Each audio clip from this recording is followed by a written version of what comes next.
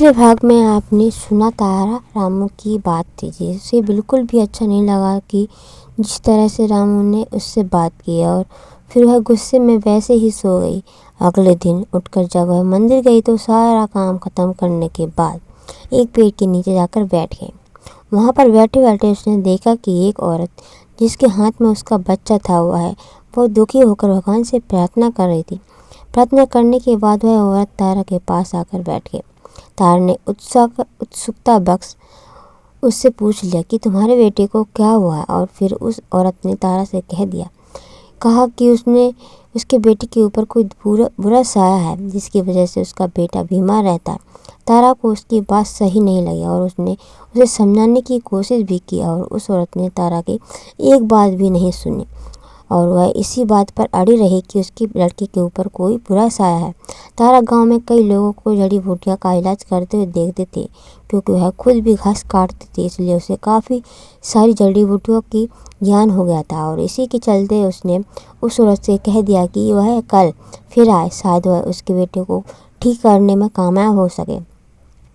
उधर रामू भी अपना काम ठीक तरह से कर रहा था और थोड़ा परेशान भी था। इधर तारा की बड़ी बहन चंदा अपने पिता की जिम्मेदारी की वजह से थोड़ी परेशान थी कि तभी उसका पति भी वहां आ गया और इस बात से नाराज़ हो गया कि वह अपने पिता को अपने साथ क्यों रह रही है और उसने चंदा की बहुत बुरी तरीके से पिटाई की है। देखकर चंदा की सबसे छोटी बेटी पायल बहुत डर गई और अपनी माँ से कहने लगी, पिताजी आपके साथ कैसे क्यों करते हैं, हमारे साथ क्यों नहीं रहते। अपने पति से मार खाने के बाद चंदा बहुत दुखी थी। अब उसका किसी और काम में मन नहीं लग रहा था। अपनी बेटी को अपने पास बैठाकर वह काफ़ी देर तक उसके सर पर हाथ फिराती रही और अपने भाग को कोसती रही। वह दिन याद कर रही थी जब उसकी एक अदा पर गांव के कितने सारे लड़के फिदा कर रहते थे।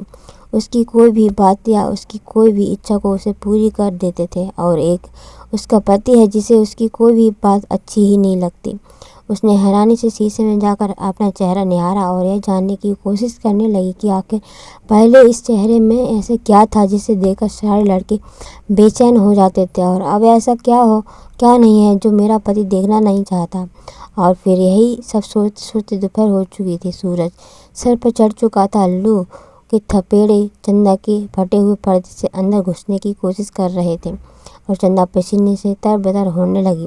राशन का सामान हर डिब्बे में खोजने लगी और मन ही मन सोचे जा रही थी कि अपनी बेटी आ रही होगी और बापू भी आ रहा होगा, कुछ ना कुछ तो पकाकर खाना ही पड़ेगा जिससे उन लोगों की शुद्ध शांत हो सके। और ऐसा सोचते सोचते चंदा ने घर के सारे डिब्बे खोल लिए कि किसी भी डिब्बे में खाने की कोई भी चीज़ नहीं थी। परेशान होकर चंदा पड़ोसी घर जाने लगी। वहाँ पहुंचकर चंदा ने उसके घर के अंदर झांक कर देखा। सामने चंपा की माँ एक कटोरी चावल रख कर बैठी हुई थी और अपने बेटे से कह रही थी, यही है जो कुछ है, खा ले और उसके बाद कुछ काम करने की कोशिश कर, अब कल भूख भी नहीं है। और देख सामने चंदा की बेटियों को कुछ काम नहीं करते हैं तो कम से कम जंगल से लकड़ियाँ काट कर तो लाते हैं ताकि घर में कुछ चूल्हा जल सके। जैसे ही चंदा ने अपने पड़ोस की बात सुनी वह उल्टे पैर अपने घर वापस आ गई। आखिर वह कर भी क्या सकती थी। और फिर यही सब सोचते सोचते उसने पायल से कहा, बेटा तू यहीं बैठ, मैं कुछ खाने का इंतजाम कर लाती हूँ। और ऐसा सोचते हुए वह जंगल की ओर निकल गई। जंगल में इधर उधर काफ़ी खोजबीन करने के बाद उसे ऐसा कुछ भी नहीं मिला जिसे वह खा सकती और फिर मजबूरन उसने वहाँ से जंगली घास तोड़ लिया और वही लेकर घर की तरफ रवाना हो गई। घर आकर उसने वही जंगली घास पका कर रख दी।